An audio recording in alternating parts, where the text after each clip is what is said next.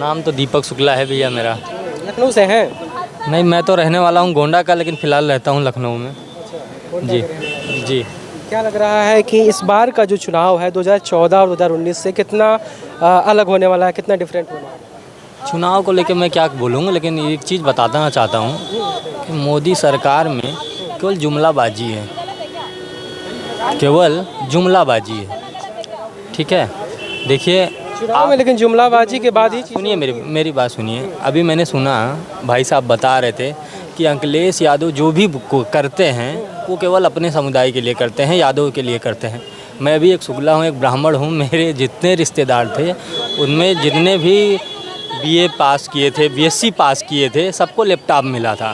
फिर कोरोना काल में ऐसा बेरोजगारी आई कि भीख मांगने वाला काम हो गया था। फिर वही लैपटॉप से मेरे बाज़ार, मेरे गांव, मेरे ज़िले में इतने जनसेवा केंद्र खुले, उसी से जनसेवा केंद्र खुले, उसी से रोजी रोटी मिली। ठीक है, तो वो तो हम तो यादव हैं नहीं, हम तो ब्राह्मण हैं ना। हम शुरू से भाजपा से जुड़े हैं, शुरू से, झूठ नहीं बोल रहे हैं, शुरू से भाजपा। हम कहीं भी जाएं भाजपा में गिने जाते हैं, इसीलिए हम भाजपा से जुड़े हैं। लेकिन ये जुमलीबाजी है। आप बताइए, जो अंगूठा छाप मंत्री होते हैं ना, उनको 5 साल, और जो मेरे देश के लिए लड़ते हैं उनको 4 साल।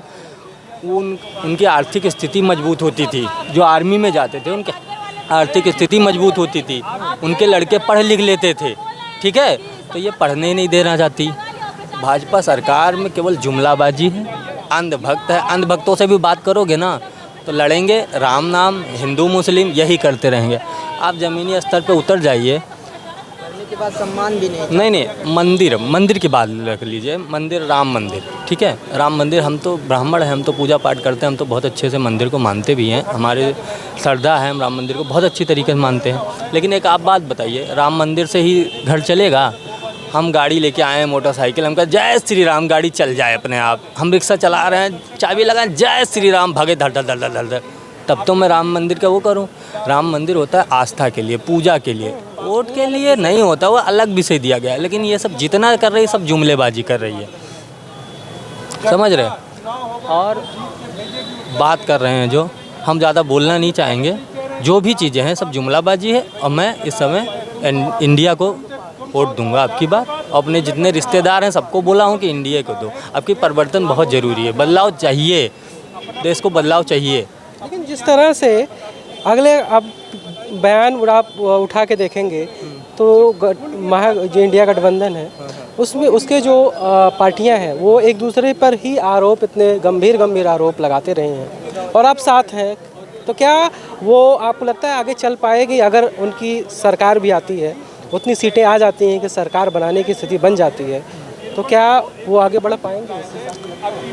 संभव है, क्योंकि देखो पहले हुआ था, इनमें मतभेद हुआ था, फिर बैठे लोग, बैठ के, एक परिवार है ना, परिवार, आपके घर में 5 परिवार तो होंगे ही होंगे, 5 से ज़्यादा होंगे। सबका एक जैसा मतभेद नहीं होता है, ठीक है, लेकिन परिवार एक साथ रहते हैं ना। ऐसा तो नहीं कि नहीं रहते हैं।